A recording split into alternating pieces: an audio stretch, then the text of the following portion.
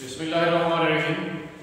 अस्सलाम वालेकुम dear students, उम्मीद है आप खैरियत से होंगे और हमारे लेक्चर्स को बाकायदा से स्टडी कर रहे होंगे और उनसे मुस्तफीज हो रहे होंगे। बेटा आज का हमारा lecture chapter 12 second year electrostatics इसका नाम है। चौथा लेक्चर आज हम पढ़ने जा रहे हैं जो कि इलेक्ट्रिक फील्ड लाइंस पर मुश्तमिल है। Electric field lines, what are electric field lines? Electric field lines का कॉन्सेप्ट दिया था हमें माइकल फैराडे ने। The concept of electric field lines was given by Michael Faraday. Just only to study the electric field of any charge. Electric field को study कैसे किया जा सकता है, उसकी फिजिकली सिग्निफिकेंस हम क्या जाहिर कर सकते होते हैं। तो माइकल फैराडे ने कुछ है वो थ्योरेटिकल लाइंस, फर्जी लाइंस हमें समझाई है। इस तरीके से चार्ज के फील्ड को जाहिर किया जा सकता होता है, तो हम उन्हीं को इलेक्ट्रिक फील्ड लाइंस का नाम देते होते हैं। आमतौर पर इसके एक सादा सी डेफिनेशन भी हम कर सकते हैं कि the path along which a unit positive charge moves in an electric field that are called electric field lines। मैं इस डेफिनेशन को राइट भी कर देता हूं।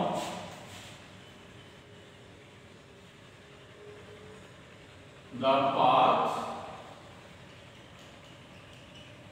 along which a unit positive charge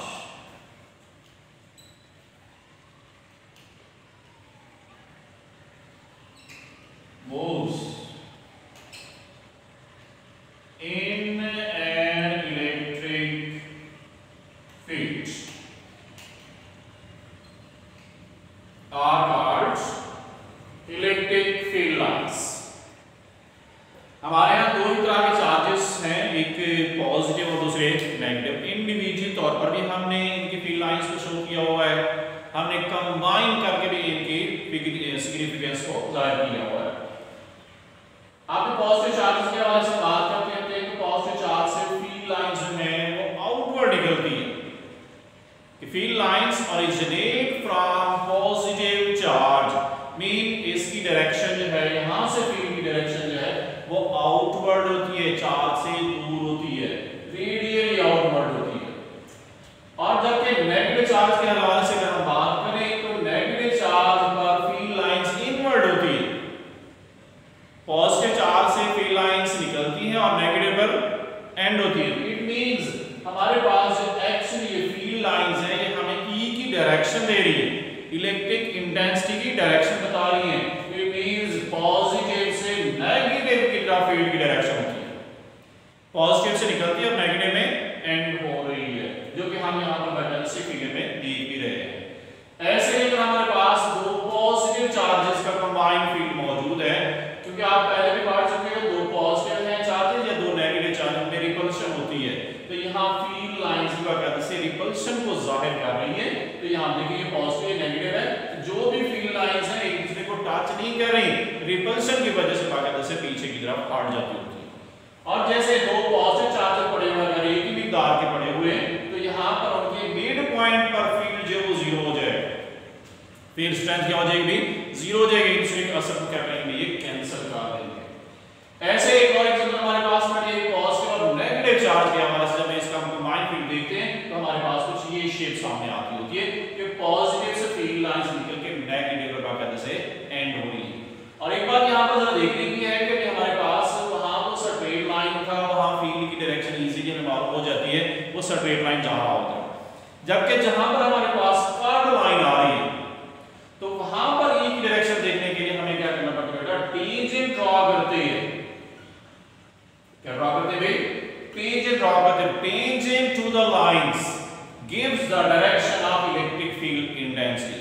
भी कहीं भी आप टेंजेंट ड्रॉ करेंगे, जो टेंजेंट जिस तरह जाएगा that will be the direction of intensity, like this. जैसे यहां भी हम शो कर रहे हैं और यहां भी शो कर रहे हैं, किसी पॉइंट पर आप टेंजेंट ड्रॉ करेंगे वो ई की डायरेक्शन ही बताएगा।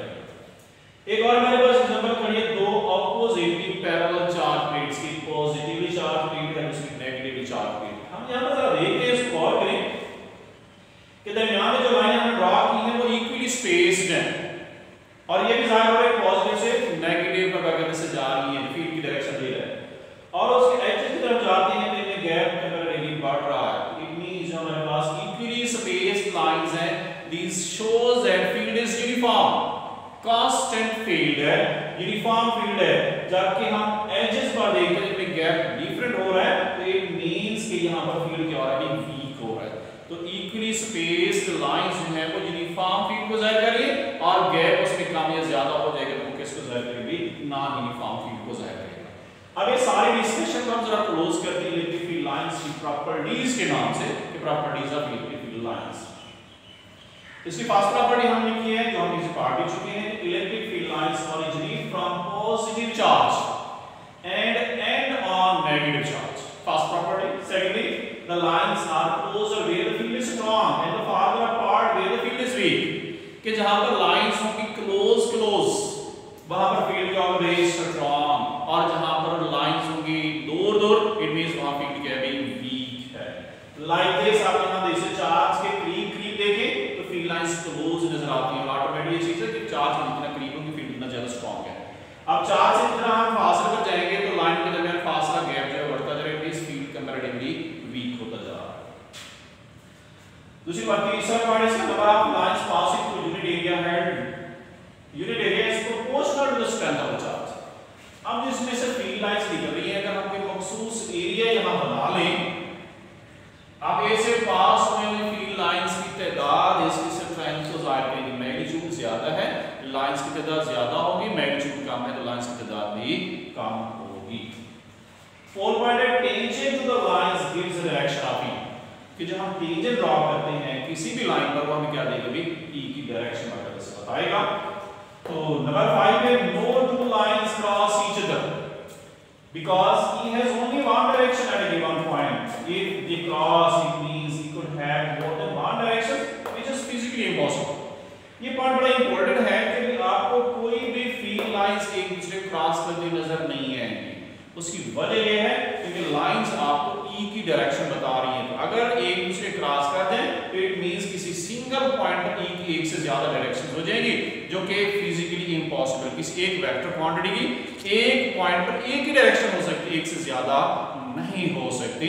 यहां पर हमारा क्लोज होता है इलेक्ट्रिक फील्ड लाइंस। अगला हमारा चलता है इलेक्ट्रोस्टैटिक्स एप्लीकेशंस की तरफ हम चलते हैं। अब हमारा आर्टिकल शुरू हो रहा है एप्लीकेशन ऑफ इलेक्ट्रोस्टैटिक्स। इलेक्ट्रोस्टैटिक्स की दो एप्लीकेशन हमारे सिलेबस में दी गई है। Number 1 xerographic and the second one is inkjet printer. Two applications, xerography and the inkjet printer. हम बारी बारी दोनों को एक्सप्लेन करते हैं। Number 1 first application that is a xerography।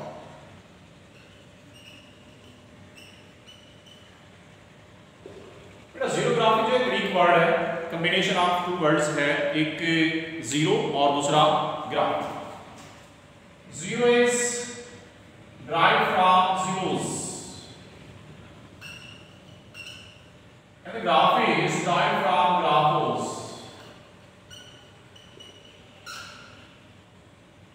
zeros and graphos combine करके xerography नाम दिया गया है। This is the mechanism, zeros and graphos. zeros Greek word है, इंग्लिश में इसके मेन्यू में that is a drawing, English में drawing, and graphos mean writing. It means xerography combined क्या हो गया, that is a dry writing. It means this is a machine which provides us the copy of the documents in dry form. Dry writing करने के बाद से documents की copy available होती है। आजकल जिसका हम क्या बोलते हैं बेटा, फोटो कॉपियर का नाम। फोटो कॉपियर मशीन होती है, उसको xerography कहा जाता था और आज हम फोटो कॉपियर करते हैं। इट मींस ड्राई राइटिंग के फॉर्म में करने से उसकी कॉपी होती है। इसके मेन पार्ट्स कौन से हैं, इसको जरा रीड करके main parts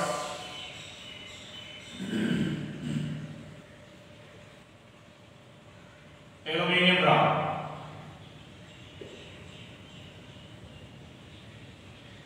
selenium,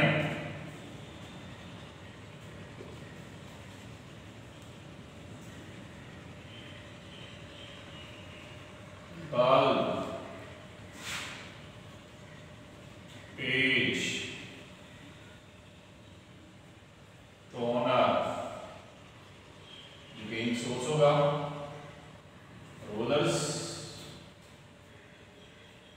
etc. These are the main parts of this machine.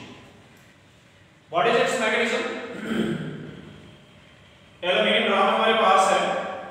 This is the main part of this machine. Aluminium drum. You can say the heart of machine. Aluminium drum is heart of machine. This is the main part. Let's say this is aluminium drum.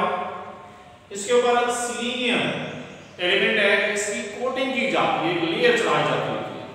और selenium की खासियत क्या है? That is photoconductor. That is photoconductor. Photoconductor means in the presence of light it behaves as a conductor, and in the dark it behaves as an insulator. तो selenium की by nature ऐसी खासियत है, ये photoconducting property रखता है.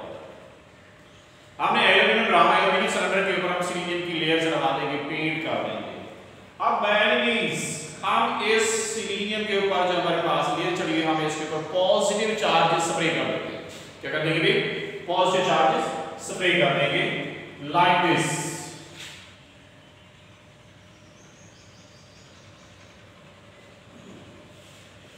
Positive charges are added on the selenium layer with the help of toner wires, which are an essential part of this machine.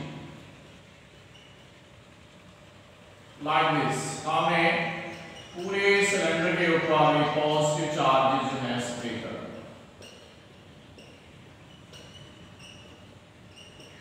this.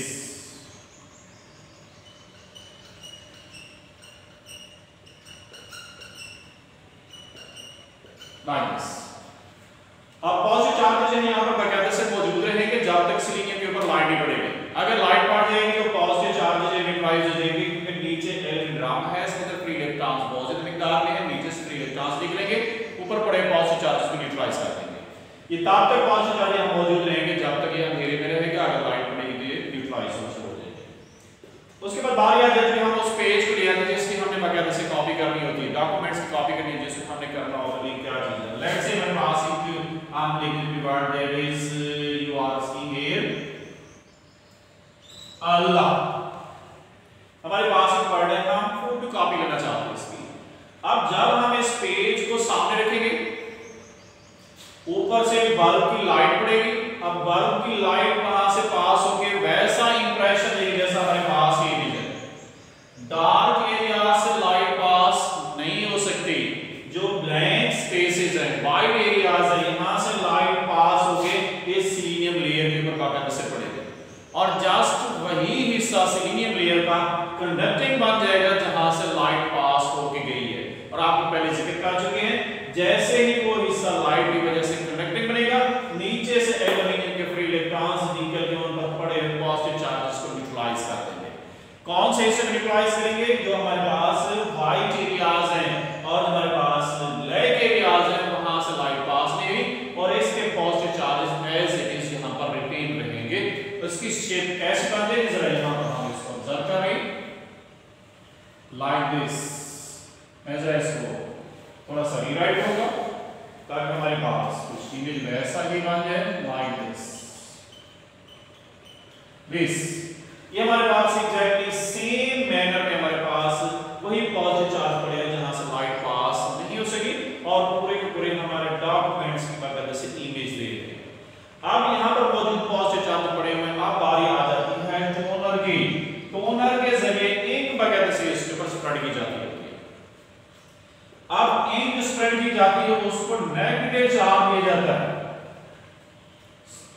Ink फेंकने से पहले इस पर चार्ज नेगेटिव प्रोवाइड किया जाता होता है. अब नेगेटिव चार्ज इंक जैसे यहां पर बकायदा से स्प्रेड करेंगे तो इंक कहां चिपकेगी?